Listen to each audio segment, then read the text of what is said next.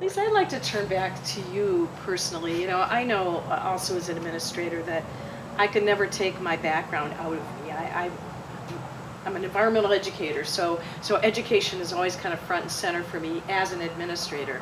I wonder for you as a resource manager, as a wildlife biologist, you have a doctorate from The Ohio State University, says the University of Michigan grads, so we have a nice balance here. That you still in your heart are always going to be a biologist, and I think that's a wonderful skill set for a superintendent. I wonder if you could reflect on that a little bit, and what from a natural resource perspective makes this park so special? I have a lot to say about that because, in my background, coming at it from my whole career was based upon kind of ecology and looking at how animals use the landscape. So I looked at things from a landscape, and I worked primarily with birds, migratory birds that went between the U.S. and Central and South America. So every place along that migratory route is a critical place to be for the survival of a migratory bird species.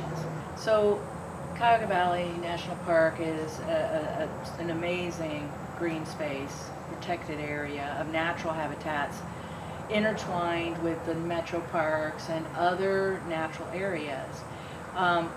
Through this winding landscape of residential areas and other land uses, agricultural areas.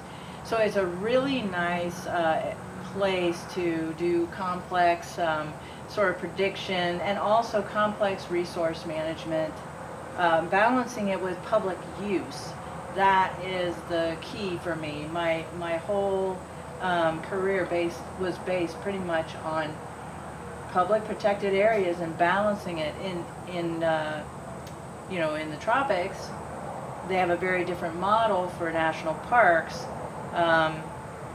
and they create buffer zones around those national parks where you can have sort of something that is maybe more traditionally used areas that are on the boundaries of a preserve, that then the human population can continue to get that value out of the natural area without having so much of an impact on the interior of the preserve and the wildlife or the natural resources that are in there. We also have to balance not only the natural resources but the cultural resources. We have very significant cultural resources. We have historic structures. We have the canal itself, the Ohio Erie Canal. We have the Valley Railway, historic districts both, and they run through those natural resources. So do all the people. So the people have to be able to utilize this resource as well and to gain the experience from those resources while not impacting the resources. That is a tremendous challenge and a fun one to actually deal with. It kind of makes you crazy sometimes, but that is what makes this a rewarding place to work, because you do have that balancing act, and that is really what my career was based on, coming from one angle and now coming from a different angle of balancing all those things for human as well as resource protection.